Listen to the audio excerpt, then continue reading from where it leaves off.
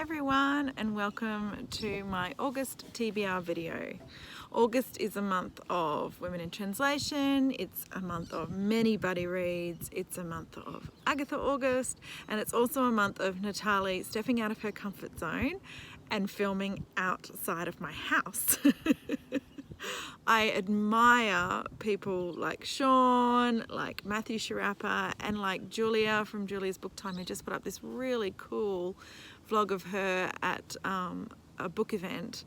And I just thought, I want to do that. I want to get outside and not be sitting on my couch all the time filming videos. So I thought I would start with my August TBR. I am at a gorgeous parkland called Picnic Point in Toowoomba where I live, and that is, we are on top of the mountain and that is the range down, and it's a bit smoky at the moment, but it's absolutely gorgeous view. So the boys and I come down here to just take a breath sometimes, so I thought this would be the perfect place to start. Okay, I've got a big month ahead. I've got a very ambitious month ahead. But let's start with my buddy reads for the month. I have 6 buddy reads this month with 6 amazing people, and this is my priority. This is what I have to get through. So I am finally going to be reading The Overstory. I started reading this when I first got it ages ago and just never picked it up again, and it wasn't for the fault of the story, it was just my life was a little crazy. And my lovely buddy Paula from Joy Your Book, she sort of mentioned that she wanted to read it, so her and I are going to plough through this. We have a deadline because she needs to get hers back to the library, so in August we need to finish this book. It's a big one, but I can't wait to read it and have an opinion because this is such a Natalie book, so I can't wait. My next buddy read is with Jenny Johnston. She is a lovely Canadian friend that I have made through BookTube. I'll link everybody's channels below so that you can go and check them out too. We're going to read The Blue Plateau. This is about the Blue Mountains, which is an area in New South Wales here in Australia. It's absolutely gorgeous. It's magic. We stayed there on our travels, and I had this in a haul, and Jenny mentioned that she had the same book. So I'm so excited to read a book about Australian landscape with someone from Canada. And then Jenny and I are working on a bit of a Canadian Aussie series, so I can't wait to square that away and share that with you. But this is just about this man's move to the Blue Mountains and then his discovery of how beautiful the landscape is. So that'll be really cool. Next, I've got The Underground Railroad by Colson Whitehead. Colson Whitehead's just brought out a new book, and I haven't read this one yet. So my lovely buddy Loretta, who just started a YouTube channel, she put up her first BookTube video the other day. She is going to read this with me. She's doing the POC-a-thon, and I mentioned that I would like to read this too, so yeah, we're going to give this a go. This is about slaves, right, in America, and about some sort of underground railroad that gets slaves out of the south up to the north. So yeah, really interesting point of view, I hope. Next buddy read is just been a long time coming. This is with Jo Smith, who is just a great friend of so many people on BookTube.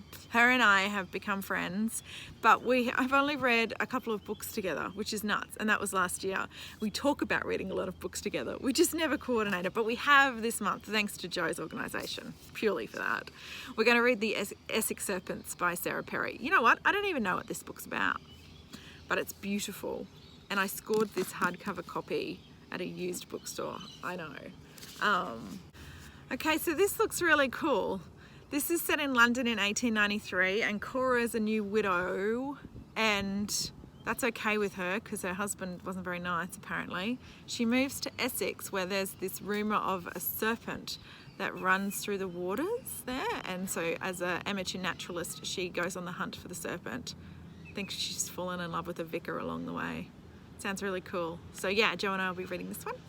The next buddy read is with an Instagram friend. So Claire from Book Lover Down Under, I'll link her handle, her Instagram stuff below.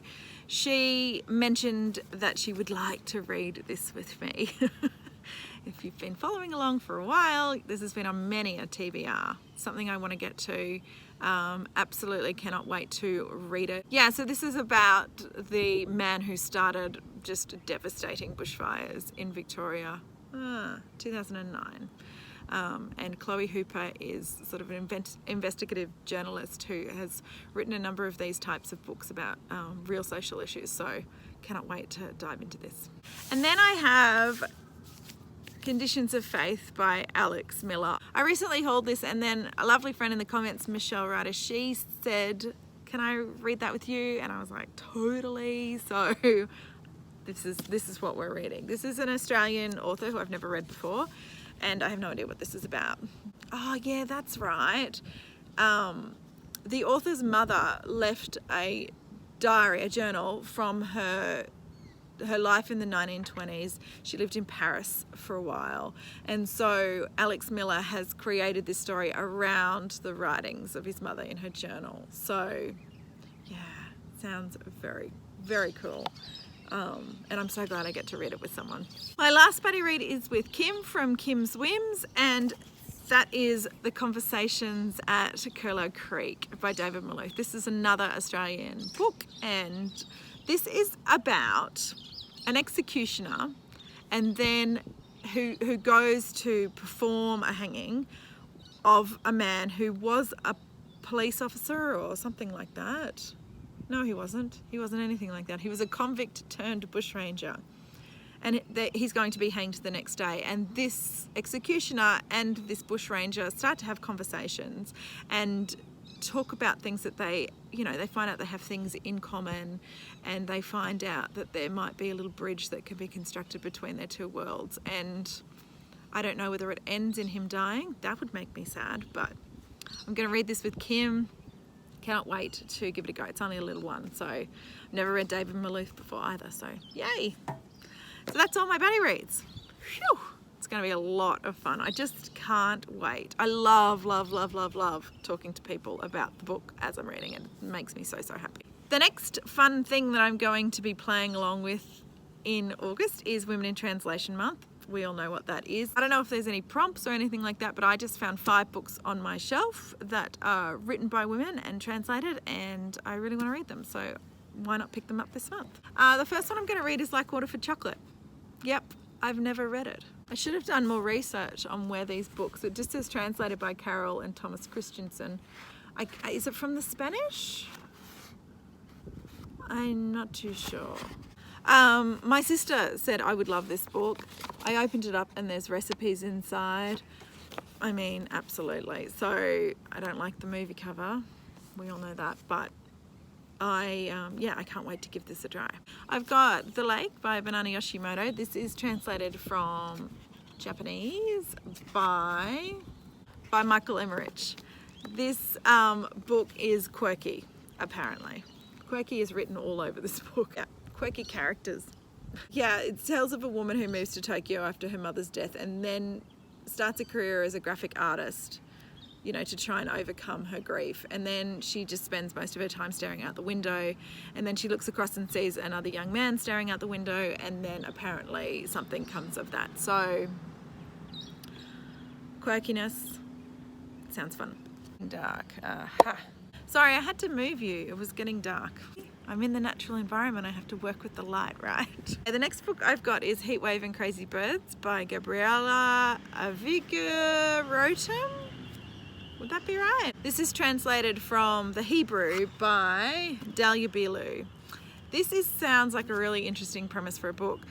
This is about Lawyer, and she left Israel when her father died, and then 25 years later, for some reason, she's summoned back to Israel, to the house she grew up in, and she goes back and trying to reconcile the different Israels that she has in her mind. So when she left, there was, poverty and concentration camps and real issues, and now she's come back to a place where everyone's well-fed and happy and all those sorts of things. So yeah, it's kind of that opposing idea of what she remembers Israel to be and her reconciling that. I think that sounds so cool. I picked this up at a library sale, so hopefully it's a little gem. Next, I've got The Saga of Gosta Berling. by Selma Lagerlof. I bought this to participate with Britta in her Nobel Women read along she has every month, and I just never got to it, which is nuts, but I really did want to read this. This is about Gosta Berling, who used to be a minister. It says he's a defrocked minister. What did he do? Anyway, he finds this home in this estate that's full of veterans of the Napoleonic Wars, and it says on the back that his poetic spirit proves magnetic to a string of women. So Gosta might be a bit of a rogue. Anyway, this is set in Sweden. Yeah, I'm just so intrigued by it, so I can't wait to finally get to it. It's been on my shelf for ages. And then the last one for my ambitious Women in Translation TBR is The Nun by Simonetta Agnello Hornby. This was something I just recently hauled. It's translated from the Italian by Anthony Sugar. So I loved the cover. Look at it. Doesn't she look so innocent? Is she though?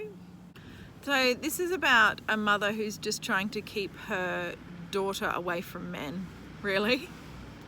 So when her husband dies, she moves her daughter to Naples, and then other men get interested in her, I think, so she puts her in a convent.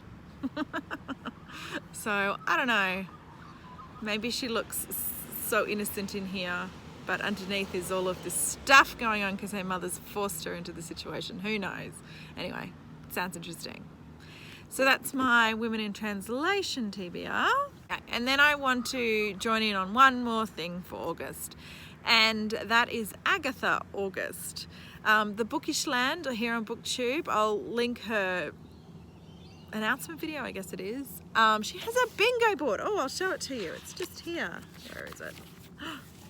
Can you see? There's a bingo board. Oh, I can't wait. I'm going to try and just do the 4 in the diagonal.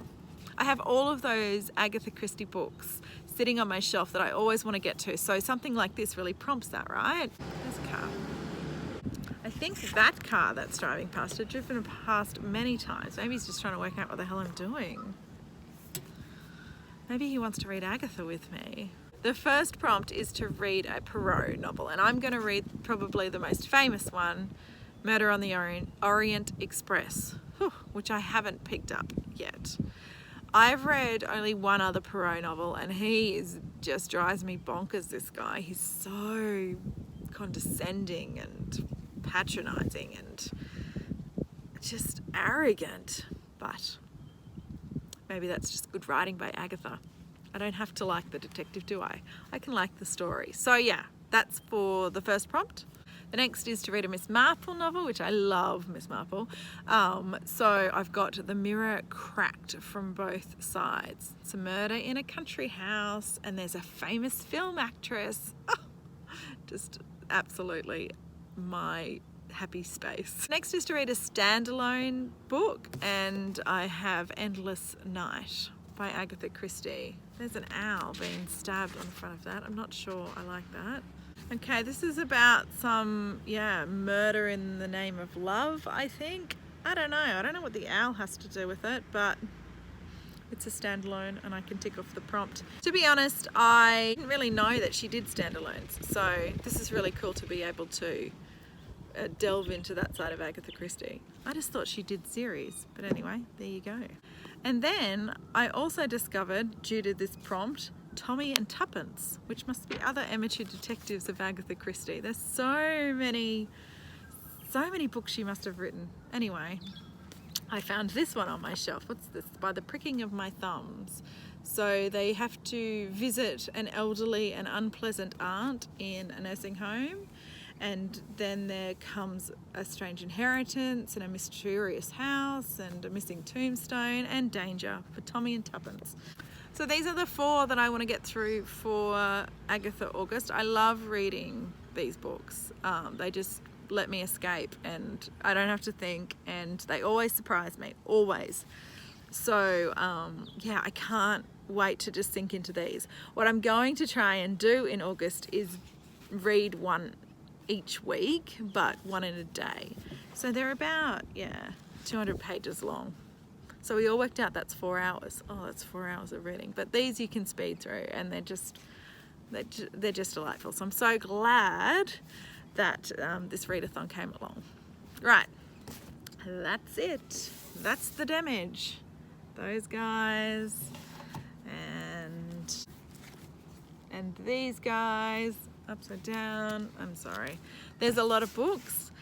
Hopefully I'll be able to get through them this month. My absolute priority is my buddy reads, and then we will see how I go from there. So I haven't worked out how many pages that is. I haven't done any real calculations on whether this is achievable, but it's what I want. So hey. Thank you for joining me in my first outdoor video of many throughout August. Let me know if you've read any of these books, and let me know if you're joining in on any of these readathons as well. It's really nice to have that community and chat to you all, so I value that very much. Okay, I'm going to take off now and stop all these people from staring at me. Actually, this has been a real breakthrough. I've really enjoyed this. The first of many, let's hope. I hope your August plans are coming along. I can't wait to hear about them, and we will talk soon. Bye.